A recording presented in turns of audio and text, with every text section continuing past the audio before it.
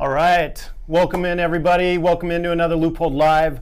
I'm your host Nick, and we have an awesome show today. We're going to be talking about optics myths and shooting myths. Right? There's a lot of myths out there, a lot of misconceptions.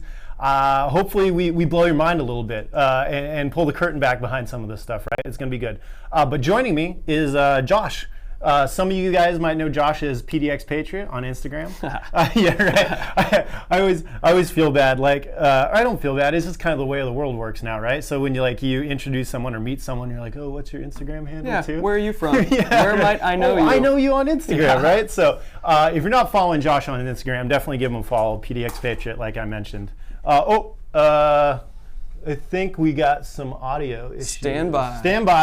Stand by. Please hold. Okay. We're back up. I don't think we plugged in a cord. What were we not live on?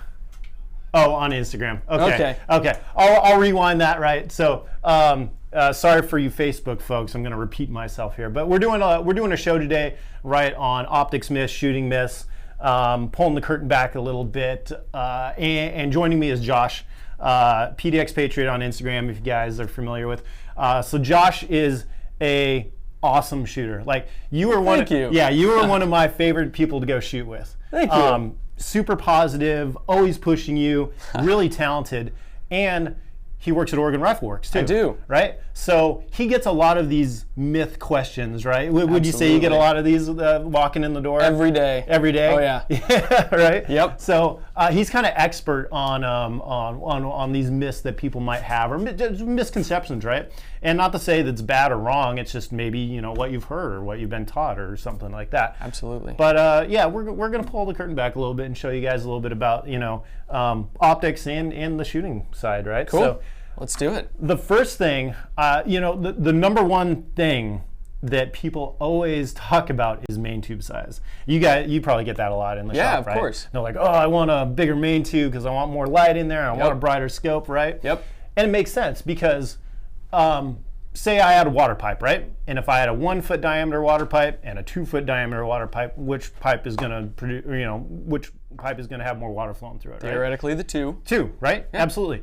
But scopes deal with light, and light is a little different, right? Yep. So the main tube actually has nothing to do with light transmission. Nothing. All it has to do is with the adjustment travel, right? How much adjustment you have in your scope. Yeah. So if you need to shoot a long range, right, you're going to shoot a projectile that's going to drop precipitous amounts at those long ranges. I need to be able to adjust for that, right? So I need to have that adjustment inside my scope, or maybe you have a 20 MOA rail or something like that in conjunction with, right? But that's why most of your standard hunting scopes, where you're pretty close in, you say 1-inch tubes, right? Sure. That's what most guys get. Though you see a lot moving to 30 millimeter. We got 34, we got 35 now. And that is purely because of the adjustment travel. Now, the little secret that you don't know about inside the scope is the erector system. This bad boy is the limiting factor. This is really what controls how bright the scope is and how much light is getting to your eye, right? Sure. So a cool example of this, and I think I've talked about this before, but I love bringing this point home, is the Mark V HD. You actually have a Mark V HD, I do. right? I just got one. Which one did you get? The 3.5 to 18. Yeah. And I got the Tremor 3 reticle. Nice. You like it? I love it. What do you have it on? It's on a 16-inch AR, and I'm still making hits out to 850 yards. Damn. Yeah. That's awesome. Yeah. So we got our Mark V HD, right? And we went to a 35 millimeter main tube. Why did we do that? Well, because we wanted to have the right amount of adjustment in there, but we didn't want to decrease the size of the erector system. We could have gone to a 34 millimeter main tube, or 33 or whatever, and we could have decreased the diameter of this erector system inside the scope. But when you decrease that diameter, this again is the limiting factor to that light that's getting to your eye, right? Makes sense. And so you want to keep it that right size in conjunction with the scope to make sure you get that bright, clear image. And so that's really the secret behind it. It's unfortunately the thing that you can't see in the scope that's controlling how much light is getting to your eye, right? I wish everyone could open up a scope and look at all the internal parts and understand how it works, and then when they're out shopping, they get a little bit better idea as to what it is they're looking for. Yeah, exactly. So that's really the secret behind main tube size it doesn't have anything to do with light transmission. It's all about travel. This is light transmission. And light transmission, I should quantify that. Light transmission just is one part of it, right? So there's a whole host of different things that go into that optical quality of the scope, right? Sure. But that's just one piece of the pie, right? We'll get to some other stuff there. But we had been talking about before.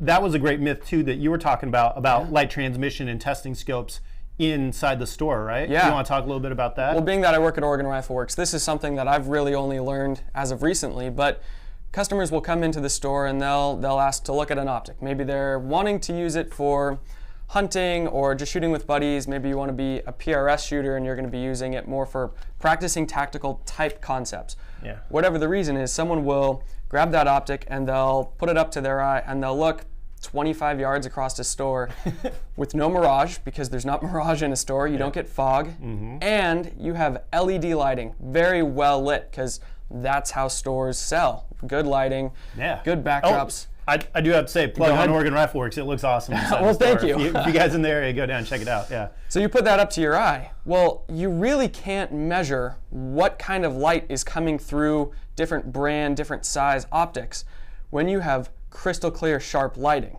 So you can't judge it just off of standing in the store. And again, that's only something that I've learned very recently, because I've had the ability to take different optics out in poor lighting with some mirage, trying to cut through tough situations. And that's where you really see a good piece of glass shine. Yeah. And Josh hit the nail on the head. A really quality scope is actually going to maybe not perform as well in those LED or fluorescent light situations, right? It may not look as good. And you got to go outside and you got to test it. Even in midday, if you go out and test it, it's really probably not the best time to test it, right? It's those low light conditions, foggy, gray, rainy. We get a lot of that here, right, in the Pacific Northwest, so that's maybe not too hard. You know, a good gun store will let you actually, you know, take the optic outside, test it, and like you said, you're buying a high magnification scope, you know, 3.5 to 25, big boomer like that. Maybe, you know, test what the image looks like, you know, 100, 200, 300, 400 yards out, whatever the distance can, maybe behind the store or something like that. So, you know, it's unfortunately the gun store is one of the worst places you can test optics, but you just got to know what you're looking for, right? Right. And you got to know how to test it, and so absolutely. All right. So let's see. Let's go down the. You guys did a really good job giving us a bunch of questions. Keep the questions rolling during the live broadcast. We're going to try to answer them. So can any optic, or I should say, Gimpy 27, can any optic be used for long range by the right shooter? Yeah. Well, I guess subjective, right? What's your definition of long range? Everyone's definition of long range is different, right? Absolutely. So, you know, long range in some people's 300, 400 yards. Sure. For someone else, it might be 1,200 yards. Yeah. So there's that subjective part of what long range actually means, right? I've seen guys shoot 300, 400 yards with, you know, one power red dots, LCOs or something like that, right? I've done it. I can't do it consistently, but it's possible. Right, yeah, it's possible. We did a video, I want to say like 2 years ago. We took a 3x9, just standard, you know, VX1, now VX Freedom 3x9, and shot 1,000 yards with it at 9 power. You can absolutely do it. You don't need a lot of magnification to shoot long range, whatever your long range may be. That goes to another myth that we were talking about earlier. I can shoot more accurately on a higher power. Yeah, right? Not necessarily true. Not necessarily true, right? It's actually, and that's one of the benefits to front focal over second focal, I will say, is that, you know, if I'm using a reticle that sub-10s, maybe like that Tremor 3 or whatever you have inside your Mark V HD, I can knock that power back down a bit, still use that reticle. I find more times than not, you know, if the scope goes up to 25, if I have a 5 to 25, maybe I can shoot a little more accurately on 18 power. Sure. Yeah. My movements aren't as exaggerated, my heart rate, my breathing. When you magnify the image, everything seems to move a lot more, right? Yeah. Just seems like you're a little steadier, and which lets you place that shot a little more accurately. I don't know. Try it. It's trial and error, right? Yeah, absolutely. And see what works for you. Well, and just like it is with it, you could compare it to a trigger. There are tools that will assist the operator in functioning the whole tool with the optic and the trigger and the rifle and everything put together. One may assist you in getting the job done, but just because you have an optic at 25 power compared to 9 power does not mean that you are limited to, well, I can only shoot at 500 yards because my optic only goes to blank power. Right. Yeah. Exactly. Yeah. So don't, push your limits on your gear, right? Yeah. And see what you can do with it. You'd probably be surprised on what you can do with a 1 to 4 or 1 to 5, 1 to 6. Shoot 1,000 yards with a 1 to 6. Try it, right? Yeah. Which goes into another myth we were talking about earlier, the pay to play part of it. You want to talk a little bit about that, geez. right? Yeah, well, this is something that I've continued to learn as I grow up. I'm still a young guy that's... How old are you? I'm 23. Oh, you make me feel old. Okay, go ahead. Well, there's times where it feels like, man, you hop on Instagram, let's just say, and you see so-and-so that shoots every day, it feels like, and he's putting thousands of rounds downrange and he's getting really good. Well, I can't afford thousands and thousands of rounds every month or every year, so how do I improve? Well, to be honest, it doesn't really matter how much money you're investing. That's not true. To a degree, it helps to have money for ammo or the tools, but there's so many different ways that you can practice and train and gain that ability to function a rifle. Whether you have a mil-spec trigger or a red dot or a Geisley trigger and maybe a Leupold Mark VI. Now that also, continuing on in that conversation, does, in your opinion, the amount of money that you invest on an optic pertain to how well you, as a shooter, you yourself, can function that gun? No, and again, to your point, to a certain extent, right? I'm going to spend a certain amount to get to a certain level of quality, right? The great thing about Leupold is we have price points for everyone. The key is learning how to use that tool, right? And using it effectively. What's the old adage? Beware of a man who has like one gun or two, because he knows how to use it, right? So it's not about how many Gucci Glocks you have. It's about how you can use that. And kudos to Josh. Again, if you guys are following Josh, the dude gets up at 5 o'clock in the morning and dry fires in his garage like every day. I do. Because that's the stuff, that's the key that's really going to make you a better shooter, right? Yeah. I mean, it's that repetition and making it, I hate using the term muscle memory because as Drew from Bear Solutions will say, muscles don't have memory. But it's just that repetition and getting that movement down so it's subconscious and you're not thinking about it. And then you can concentrate on other things on the range and improve your game. There's so much stuff that goes into shooting and this, we're talking about shooting, but this is hunting too, practicing, manipulating your rifle, being super comfortable with it, taking those shots from weird angles, off logs. You can practice that stuff in your garage. You can get down in weird positions and practice trigger pull and stuff like that. And that's the stuff that's going to benefit you.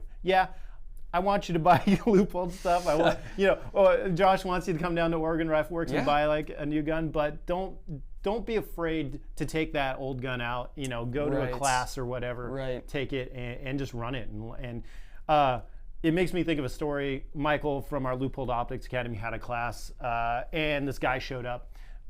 Grizzled kind of Canadian dude, had this old rifle, and everyone's just kind of looking at him, and I was like, "What is this guy doing?" Dude outshot everyone in the class. I love it. He's been shooting that rifle for 40 years. He knew how to run that thing inside and out. And it's just stuff like that that's really cool. So, If you want to find another question, the other thing that I've noticed is that you find those guys that show up on the range and they pull out their cases and they brought 5 different rifles with different optics and a couple different pistols to the range. And it turns out they can't shoot any of them. As opposed to having one rifle that has good quality. I'm a fan of Leupold myself. I say it every day. I'm a Leupold fanboy. They show up with their rifle and they have invested money into this tool. It's the quality over quantity type concept. And then using the tools that are built well. And learning how to function them. Those tools that are going to last you, however long, lifetime. M. Matheson 13. He wants to know about the comparison on the Mark V HD versus a Night Force Attacker in terms of durability. A lot have said the Mark V HD has better glass, but is not as durable because it's significantly lighter. That hits on a really, I like your smirk, that hits on a really good myth about weight equaling reliability. Oh, yeah. I told you about Snatch is like one of my favorite movies. That scene where he's talking about the revolver and he's like, oh, weight is a sign of reliability. If it does not work, you can throw it at him, right? So theoretically, right? Not that you're going to take your scope and throw it at him, but it's actually the opposite. So we do some crazy testing here at Leupold. We have an impact machine that replicates impacts to a stupid amount of energy. More than the rifle can create. So the guy downstairs created a rifle that it knocks you unconscious each time you shoot it. It stretches your eyeballs. It gives you a concussion. You don't want to shoot it. Anyways, but we do a lot of testing, and we look at what's happening to the scope when that energy goes up into it, right? And so you're shooting, you create kinetic energy, comes up through the rings, goes into the scope. If you've never seen a high-speed video of a rifle shooting or a scope, getting shot, look it up, because you'll see barrel whip, right? And you'll see a lot is happening, and you'll see the scope actually flex too. So the lighter the scope is, the more efficient it's going to dissipate that energy, and the more durable it's going to be. That's why a Leupold scope across the board through its class is going to be one of the lightest scopes, right? It's for the obvious reason, now I have less weight that I have to carry. Ounces become pounds when you're in the backcountry or you're going to hike somewhere really far. But the real reason is the durability and the performance of the scope. And a lighter scope is going to dissipate that energy better. You got to think of a bunch of energy, maybe like a Mack truck or something, like hitting a really dense brick wall, right? That's the scope, a really heavy scope. That impact is much more violent as if that was a lighter, maybe like a netting or something like that. I don't know. Yeah. I'm probably not explaining physics right because I'm not a physics guy, but you get the idea, right? A lighter scope is going to dissipate that energy better. Yeah. And it's sometimes these myths, it's the complete opposite from what you think, because common sense would say, wow, it weighs a lot, it must be super durable, right? No, complete opposite. So good question though. I like that question. Here's one that you can tackle, Josh. Okay. So a low power variable optic, such as the Mark VI, isn't usable in CQB distances, from M. Dilbert. Okay. So. Well, it's an interesting question. I would say that any low power variable optic, as long as it has a good true 1 power, can be used.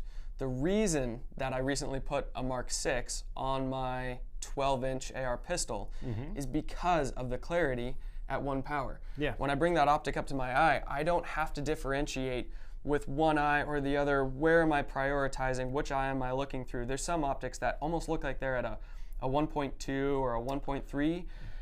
And you also have ones that are all foggy on the outside. You might have a little bit of a sharp circle on the inside, but you really get very little information. The Mark VI 1:6 has worked fantastic for me inside of 5 yards and then all the way out to 500 yards. That's as far as I've stretched it. But no, I understand the theory. It might be a little bit heavier, but I would say that the advantage that a low power variable optic that goes down to a sharp 1 power will give you a significant increase over just a simple red dot. And if you want to ask someone who's been using it longer than I have, check out Eric Seidow, E-Seidow on Instagram. Yep. He's got a Mark VI with a Delta Point Pro on top of his 12-inch, and he's been using it for, I don't know, probably a year and a half now. Year and a half. Yeah. That was actually my scope. I met Eric, we went shooting, and he's like, oh, that scope is really cool. I'm like, you want to try it? You want to run it? So I took it from my rifle and put it on his rifle.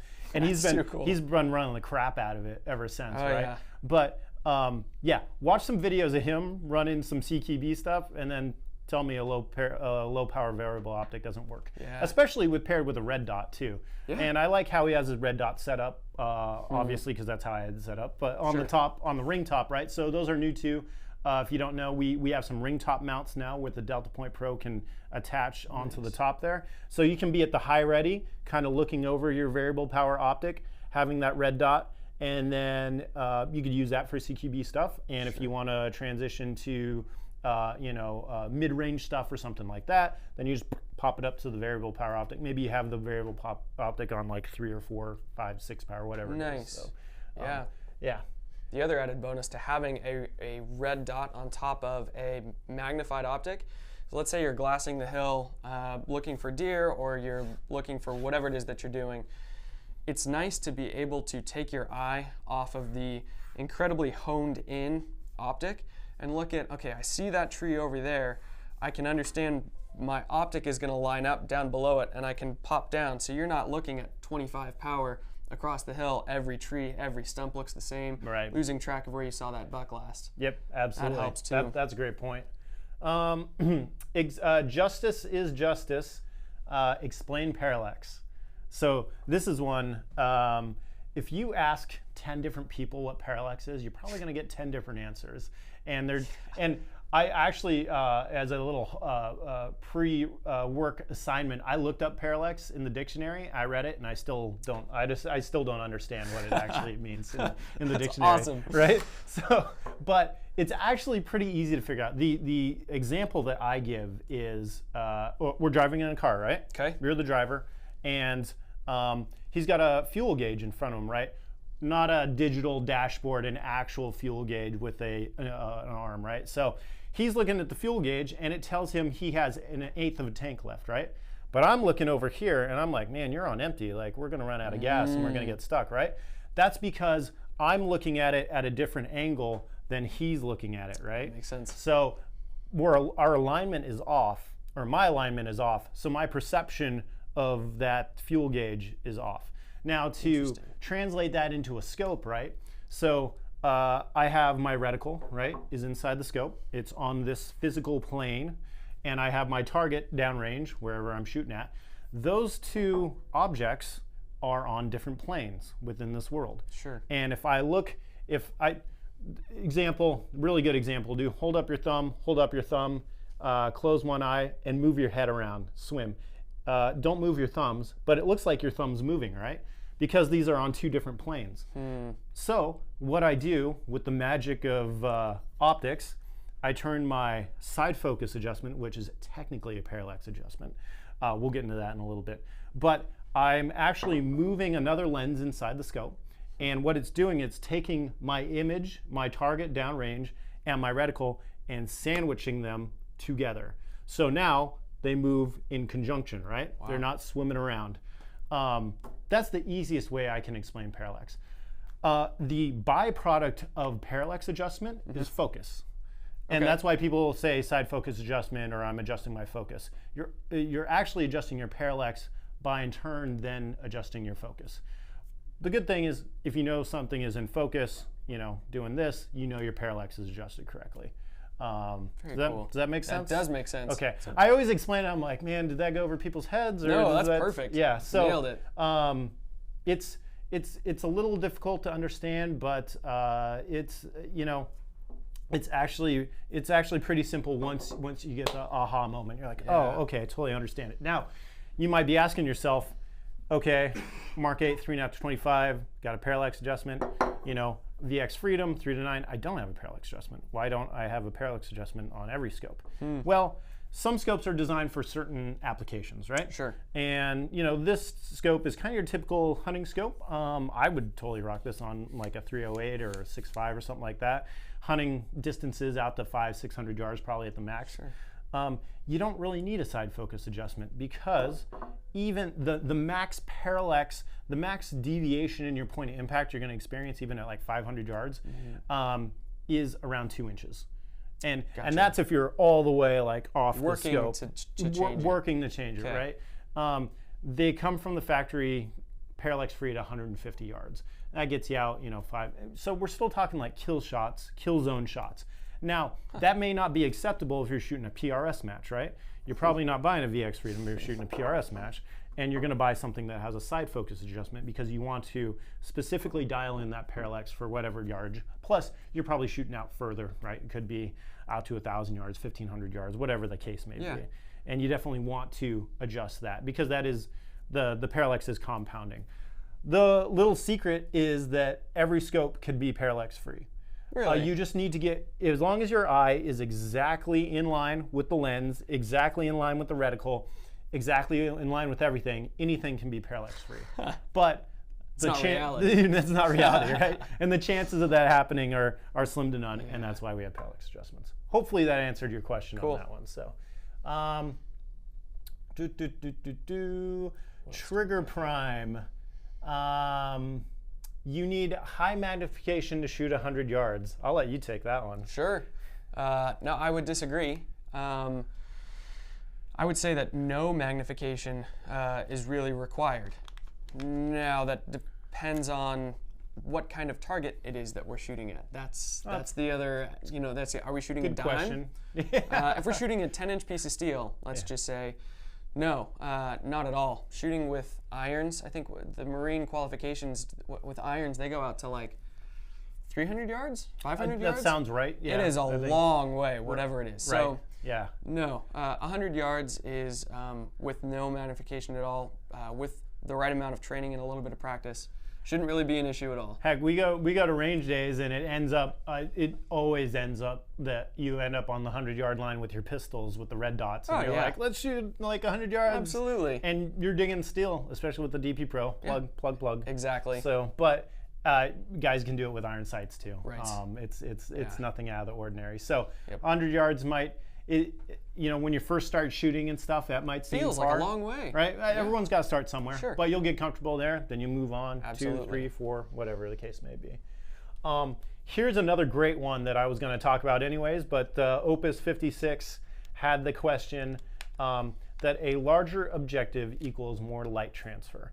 This is another one of those myths that has endured the time here. So for this example, I'll move all this stuff. I have a Mark 8, 3.5-25, 56 millimeter. That's a big objective, right? It is. And our a Mark 4, 1.5-5, right? Small objective. Got a 20 millimeter on there, right?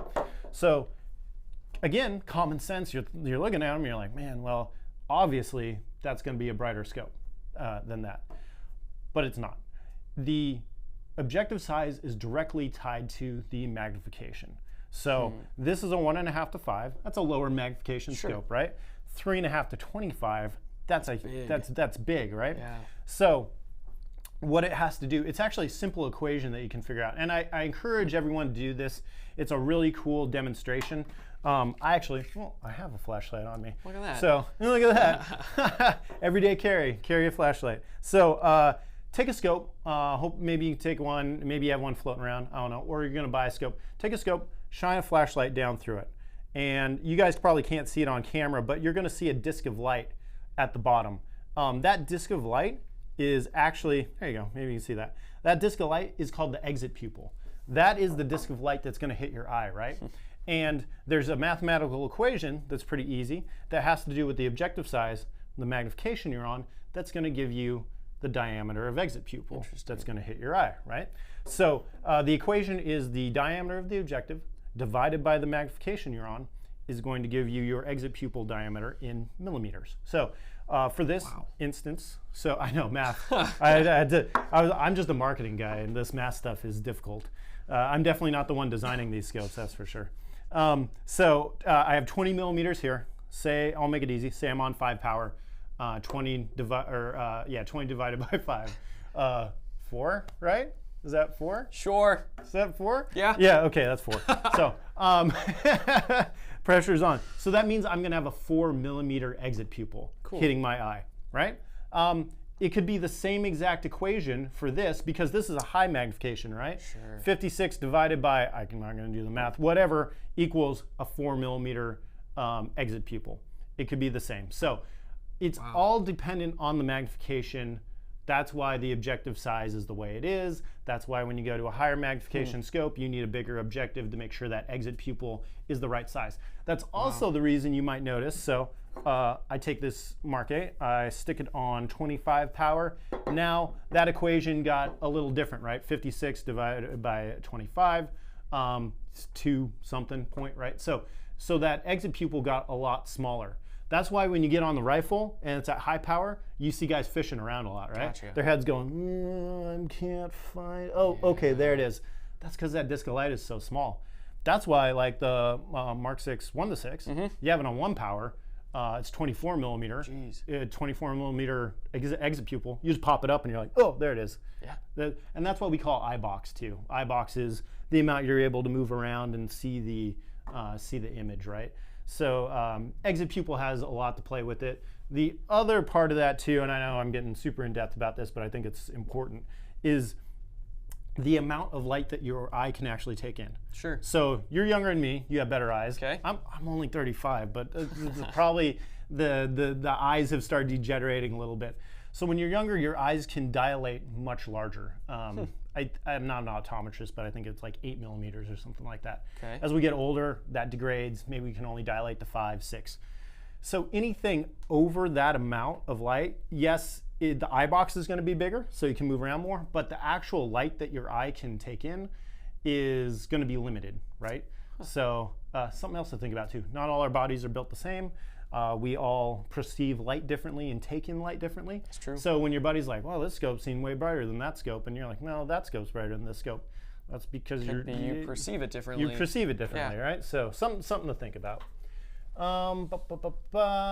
Let's see. These are some good ones. These are some good ones. Let's get a shooting myth out here. Okay. Oh, I talked about this one. Don't rest your AR magazine on the ground while shooting. Have you got that one before? I have. There Yeah. used to be that theory that your gun would malfunction and it wouldn't be able to feed, and it's going to cause, brass over bolt or bolt over brass, and just catastrophic failures. Yeah. I'd still, I think if you go to a range and you are down in the prone resting your AR mag, someone's probably going to be like, oh, you're going to cause a malfunction. I'll tell you what though, I just went through a military-based class where they teach you how to take contact while you're patrolling and stuff like that. And the first thing you do is you drop in the prone to Just reduce signature. to reduce your signature, right? Yeah. And to shoot back. And you're resting your Magazine mag on the ground for sure. That's what you're doing. So maybe once upon a time it was true. Maybe when tolerances weren't as tight, but modern manufacturing, not an issue anymore. Right. Speaking of that, there's an optics myth that's like that too that we were talking about earlier. So I had heard this one once. I was doing a optics presentation and someone asked me this question, and they're like, well, my granddad told me, he's like, we use 3 to 9 power scopes, and you can spot the animal on 9 power, but always take the shot on low power. I was like, Oh. I'd never heard that one. Why would you say that? Is it just because possibly the tolerances of when those optics were made? Yeah.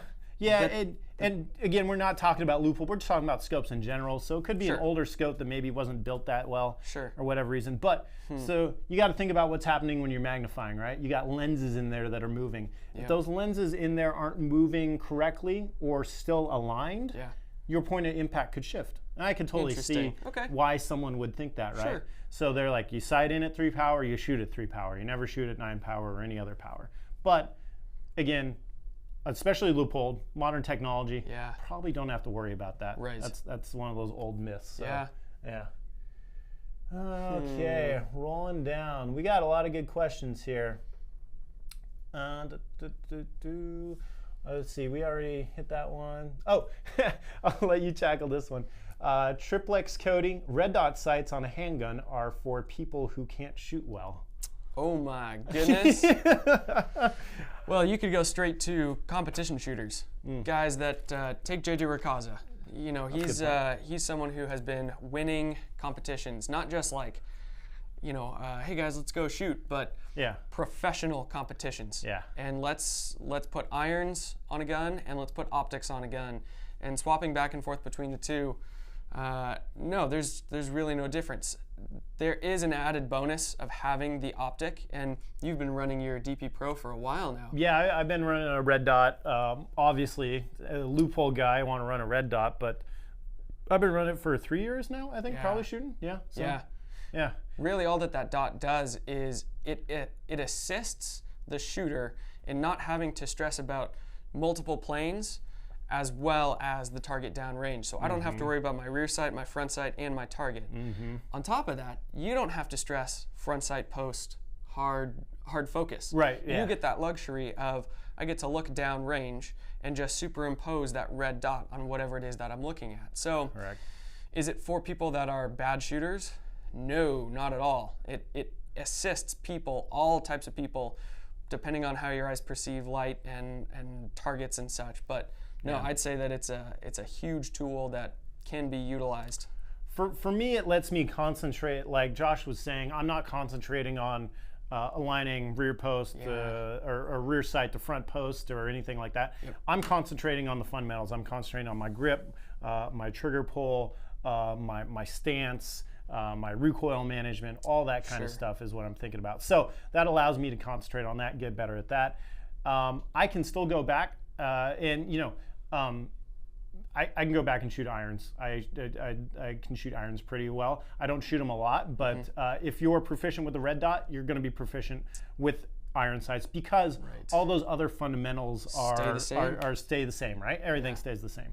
And watch. There's a bunch of trainers out there that you can watch that run red dots. They also shoot irons too. So you're not a bad shooter. I think it actually is easier for new shooters to use the red dot too. I have a theory too that give it 5 years and majority of pistols are going to have some sort of red dot optic on there. It's the future. It's the future for sure. You see a lot of law enforcement departments actually moving to it too because I think when you're assessing a threat and assessing a situation, the last thing I want to be doing is concentrating on my front post. I want to be looking downrange and seeing, is that guy a threat? Is that guy a threat? Is something else going on? What do I need to do? Right. So less stuff to have to focus on and concentrate on. So PNR wing shooting, is it possible to bump a sight out of focus? Anything's possible. Anything's possible, yeah. I will say I've never seen it. We do testing on these scopes. So we do impact testing, which is obviously scopes on a rifle. I'll do it this way, and it's pushing it back this way, right? We also do side impact testing to make sure that everything's going to stay safe in there. It's a manufactured thing. I guess if you threw it down on the ground super hard and ran over it and whatever. It depends on how you define the word bump. Bump. What is a bump? But I will tell you, we do a lot of testing for bumps, especially. That's a good myth too. Let's talk about that. The testing thing. So someone had asked, I forget where it was, but is the VX Freedom as durable as the Mark 8 or anything like that? So the cool thing is we test all the scopes to the same specifications. So this $200 scope, $179 for the 2.7 or whatever, is going to be just as durable as this $4,000 scope right here. That's the cool thing because we don't know. We don't know what you're going to do with the optic, right? We don't know what rifle you're going to put it on. We don't know if it's going to fall down a hill, right, in the backcountry. It's got to stand up to that kind of stuff. And though we do some other, so for the military stuff, there is some extra testing stuff that we do too, just because they spec out that kind of stuff. But you got to think, so guys getting in and out of Humvees, throwing their gear on stuff. There's a lot of side impact stuff too that you got to think about, not just recoil like I was talking about. Let's see. Let's talk about another shooting myth here. I like this one because I experienced this one. So shooting a pistol with bent arms will induce malfunctions like stovepipes. I got that one at a class once. So yeah, you want to talk about that, like grip and stuff like that? Yeah, no, that kind of goes back to what's it called?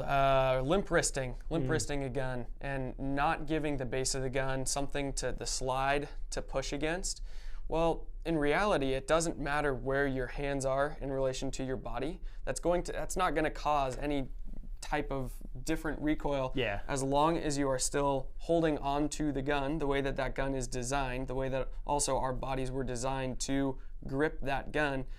Where it is in relation to your chest shouldn't make a difference at all. I mean, I remember when I first started taking, especially pistol shooting classes, it's isosceles or Weaver or whatever, and you're shooting straight out like that. Lock your arms. Lock your arms. And I started shooting with shout out to Garrett from Cogworks. He has really innovative ways to think about shooting and stuff like that. And he's like, why don't you just bring your arms in a little bit? Think about riding a mountain bike, right? Do you ride a mountain bike with your arms locked out like this? No, you bring them in a little bit and you want some shock absorber.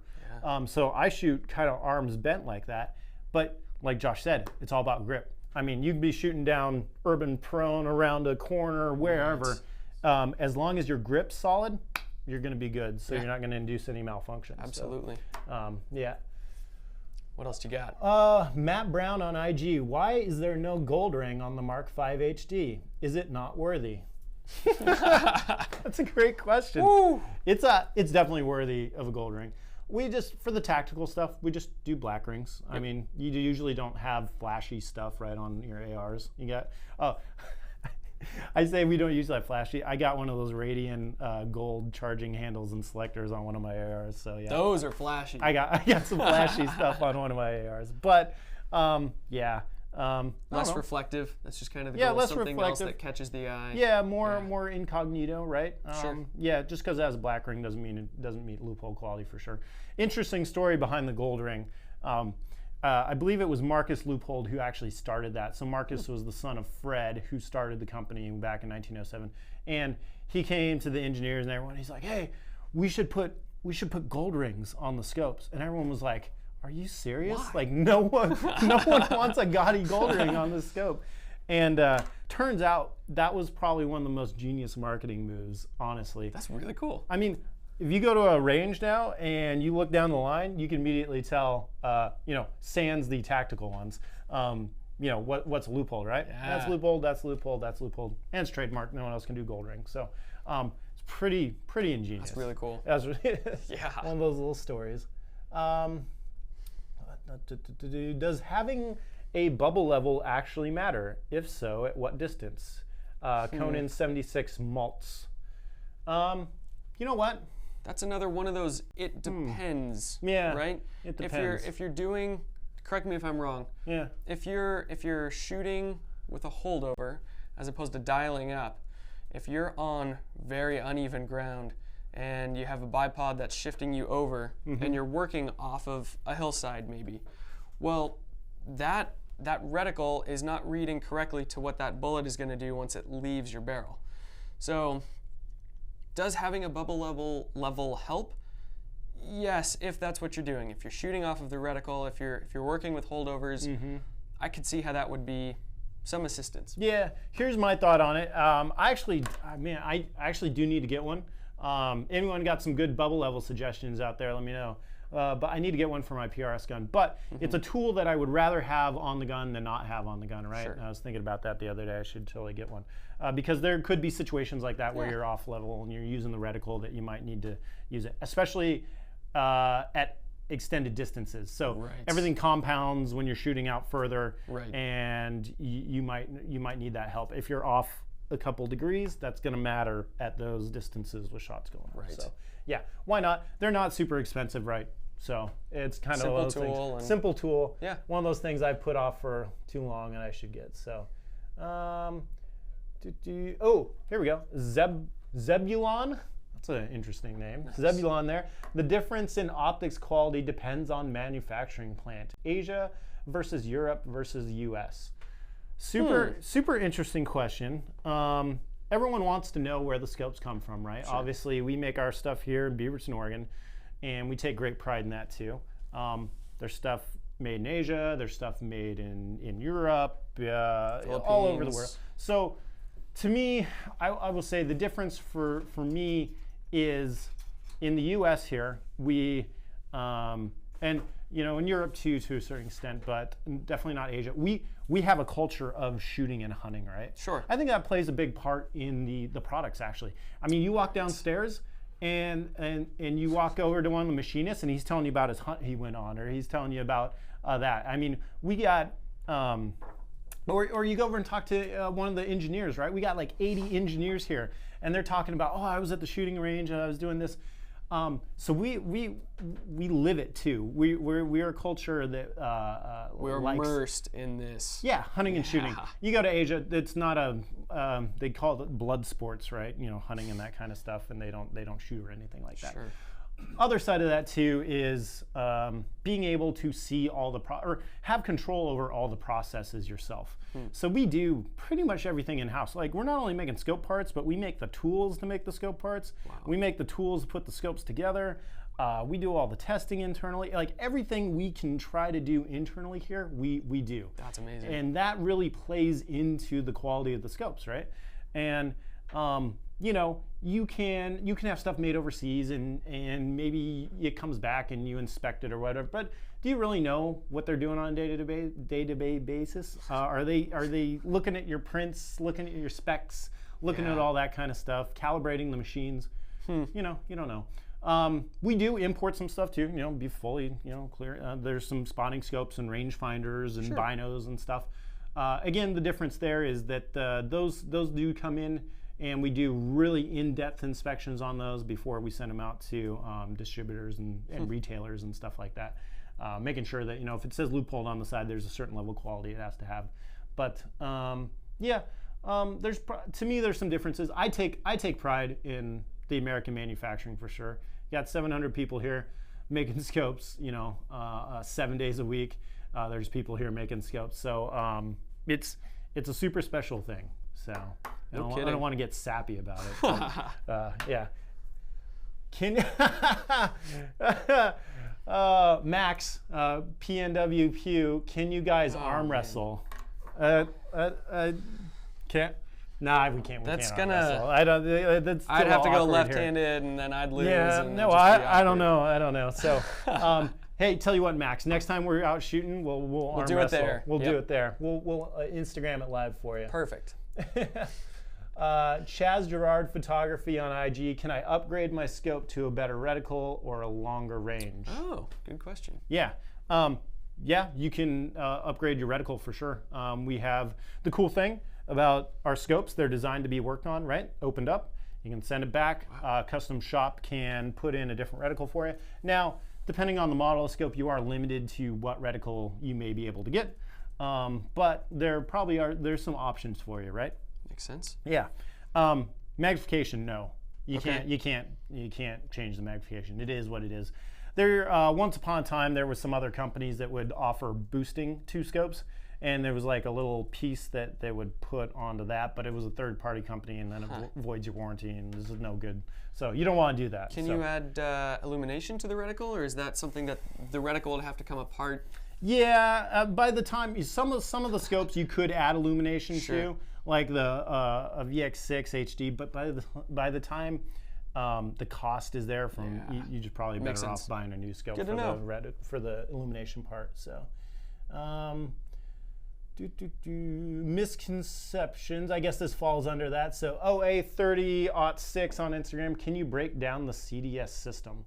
Have you ever used the CDS system, the custom dial system? I have heard of it, but no, I've never used it. Yeah. So what it is, basically, you buy a scope that has CDS in the description, right? Stands for custom dial system, like I mentioned.